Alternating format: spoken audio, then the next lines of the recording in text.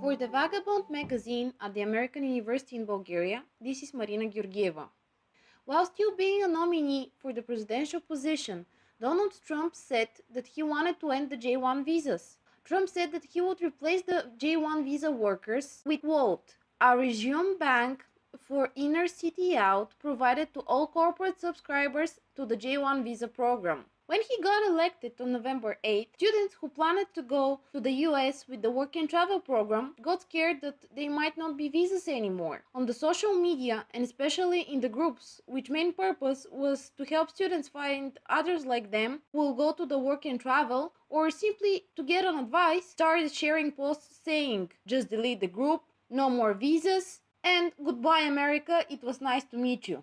Parents who also got worried that their children who already paid the agencies to find a job for them in the US will lose their money. That's why I decided to talk with Professor Bruce Whitfield, who's teaching business law at AUBG. Here's what he explained.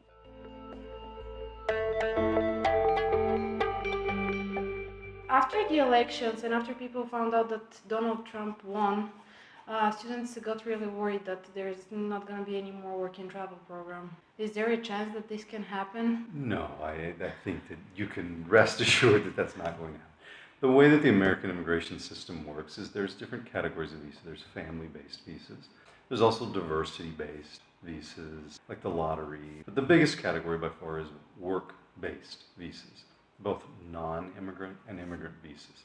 For example, if you've got a long-term job, you're going to go there, you're going to live permanently, that's an immigrant visa. But there's a lot of non-immigrant visas as well. People plan to go there like H visas or J visas. People plan to go there, work temporarily, and go back to their home country. A J visa is a non-immigrant visa. The premise of employment-based visas in the US is that if there's an American worker who can fill the job, it should be filled by an American worker. Okay?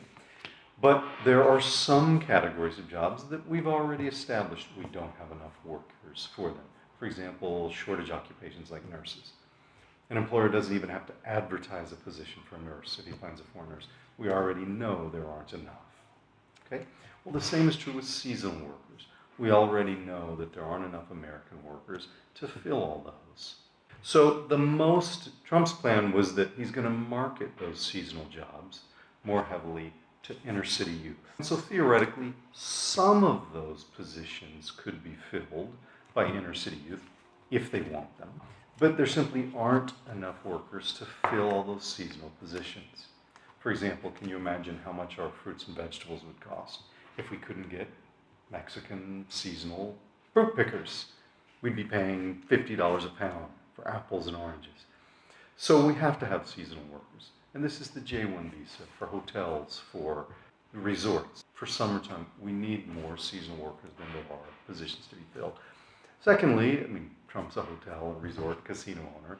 His constituents are business people. Can you imagine how much damage it would do to their business if they couldn't get seasonal workers? Trump is not going to screw over his main constituents, which are majority business people. You saw the day after Trump was elected, the Dow Jones hit a record high. That should show you it's business people that were Trump's vote. He's not going to screw over by getting rid of all those temporary workers and causing them to go out of business or hurting their business. So I think people are needlessly worried. Our immigration system is based on a comprehensive legislative scheme. There's H visas and B visas and J visas and F visas for students.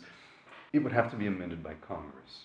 Now, theoretically, the president has a right to suspend a class of people temporarily if there's a danger. So you see this sometimes in times of war. For example, during World War II, the president revoked the right of Japanese to immigrate. But this is based on a concrete danger to the U.S. It's a specific person. It's not a wipeout of an entire visa category. So he would have to propose an amendment to Congress. They would have to propose it. That's not going to happen either. As Professor Bruce Whitfield pointed out, students should not be worried about the J-1 visas. Work and travel program will continue existing in the future. For more stories like this one, stay tuned with the Vagabond magazine.